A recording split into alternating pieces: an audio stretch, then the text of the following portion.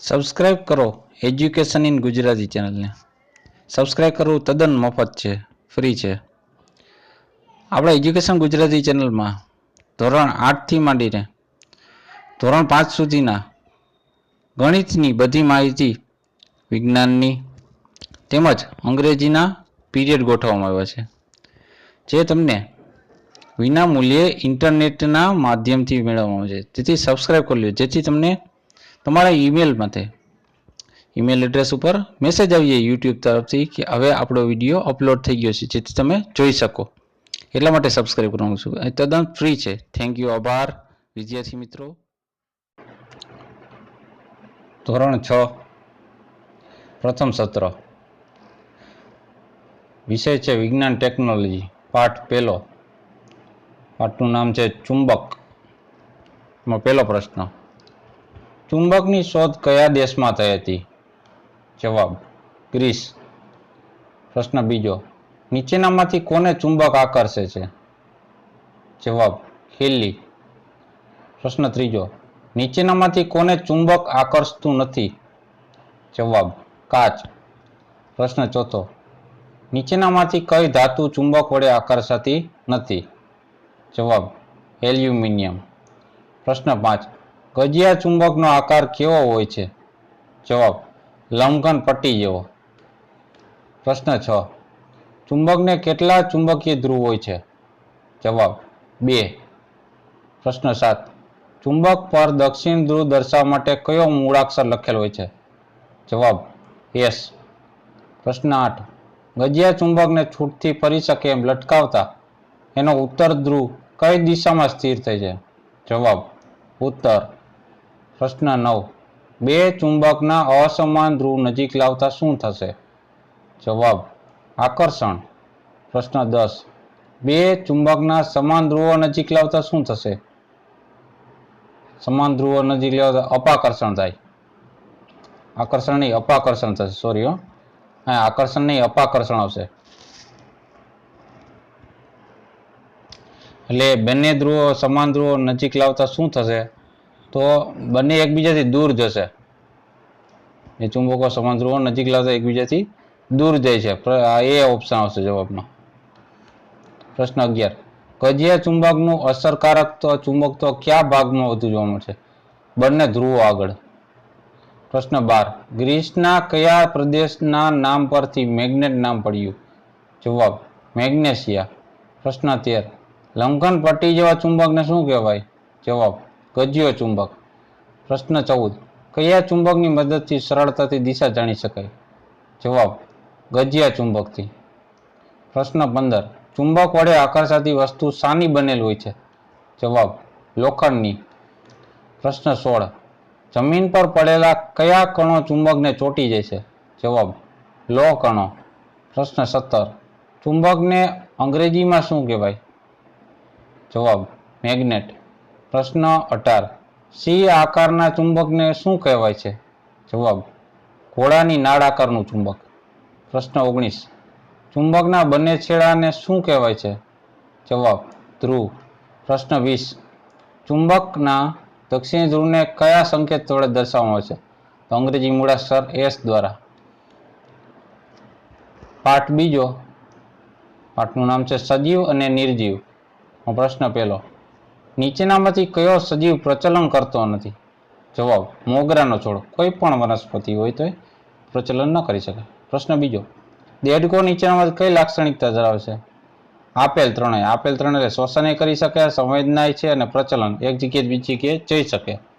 પ્રશ્ન ત્રીજો, આસોપાલવનું વૃક્ષ નીચેનામાંથી કઈ લાક્ષણિકતા ધરાવતું નથી?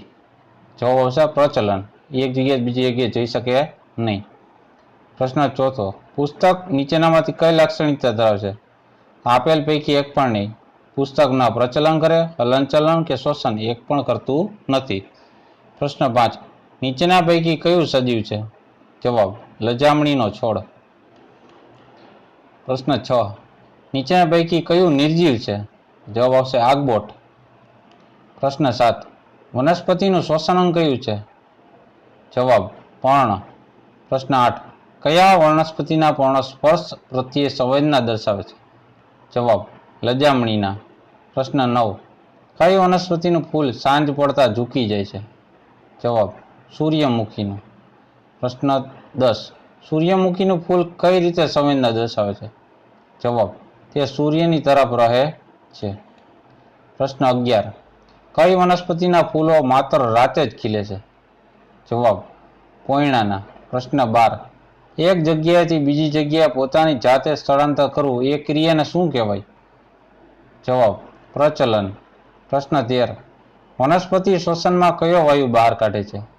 જવાબ કાર્બન ડાયોક્સાઇડ. પ્રશ્ન 14. ચૂનાના નીતરીય પાણીમાં ફૂંક મારવાથી શું થાય છે? જવાબ પાણી દૂધિયું બની જાય છે. પ્રશ્ન 15. ચૂનાનું નીતર્યું પાણી કયા વાયુને કારણે દૂધિયું બને છે? જવાબ કાર્બન ડાયોક્સાઇડ. પ્રશ્ન 16. નીચેનામાંથી કોની વૃદ્ધિ થતી જ નથી? જવાબ ફુગાની. નિર્જીવ એની વૃદ્ધિ ન થાય ને. પ્રશ્ન 17. નીચેનામાંથી કઈ ઘટના અપરિવર્તિત છે? એટલે અપરિવર્તિત એટલે એકવાર થઈ જાય પછી પાછી રિપીટ ન થાય, કે ફરીથી આમ બની ન શકે. તો કળીમાંથી ફૂલ બની જાય તો ફૂલની પાછી કળી ન થાય. પ્રશ્ન 18. નીચેનામાંથી કઈ ઘટના પ્રતિવર્તી છે? જવાબ ફૂગો ફૂલવો. ફુગામાંથી હવા કાઢ નાખો પછી ફૂગો વયો વધી જાય. એકમ 3 એનું નામ છે, પાઠનું નામ છે એસિડ, બેઝ અને ક્ષાર. માં પ્રશ્ન પહેલો. ભૂરા લિટમસ પત્રને લાલ બનાવે તે દ્રાવણને શું કહેવાય? જવાબ એસિડ. પ્રશ્ન બીજો. નીચેના પૈકી કયું એસિડનું દ્રાવણ છે? જવાબ આંબલીનું. પ્રશ્ન ત્રીજો. નીચેના પૈકી કયું એસિડનું દ્રાવણ નથી? જવાબ સાબુનું દ્રાવણ. તો બેઝ છે. પ્રશ્ન ચોથો. લીંબુનો રસ કયા પ્રકારનો પદાર્થ છે? જવાબ એસિડિક. પ્રશ્ન 5. નીચેના પૈકી કયું તટસ્થ દ્રાવણ છે? જવાબ ખાંડનું દ્રાવણ. પ્રશ્ન 6. નીચેના પૈકી કયો પદાર્થ ક્ષાર છે પરંતુ તે દ્રાવણ તટસ્થ દ્રાવણ નથી? જવાબ ધોવાનો સોડા. પ્રશ્ન 7. પૌષ્ટિક સોડા શું છે? જવાબ બેઝ. પ્રશ્ન 8. હળદર પત્ર સાબુના દ્રાવણ સાથે કેવો રંગ આપે છે? જવાબ લાલ. પ્રશ્ન 9. સખત પાણી નરમ બનાવવા કયો પદાર્થ વપરાય છે? જવાબ ધોવાનો સોડા. પ્રશ્ન 10. એસિડિટીની દવામાં શાનો ઉપયોગ થાય છે? જવાબ ખાવાનો સોડાનો. પ્રશ્ન 11. નીચેનામાંથી સૂચક તરીકે કોને વપરાય છે? જવાબ ફિનોલ્ફથેલિન. પ્રશ્ન 12. નીચેનામાંથી કોનો ઉપયોગ અગ્નિશામકના ઉપકરણમાં થાય છે? જવાબ ખાવાનો સોડા. પ્રશ્ન 13. નીચેનામાંથી કયો ક્ષારનો ઉપયોગ માંસ માછલીની સુકવણી અને એની જાળવણી માટે થાય છે? જવાબ મીઠું. પ્રશ્ન 14. કોણ લાલ લિટમસ પત્રને ભૂરા રંગનું બનાવે છે? જવાબ બેઝ. લાલને ભૂરું બનાવે બેઝ, ક્ષાર નહીં. ક્ષાર નહીં આવે, બેઝ આવશે. લાલને ભૂરું બનાવી બેઝ, બી ઓપ્શન આવશે. પ્રશ્ન 15. ક્ષારનું દ્રાવણ કયું છે? ક્ષારનું દ્રાવણ એટલે ઓપ્શન છે મીઠાનું દ્રાવણ. તો આ હતા ધોરણ 6 ના પાઠ 1, 2, 3 ના પ્રશ્ન જવાબ. તો જોતા રહો એજ્યુકેશન ગુજરાતી અને શીખતા રહો.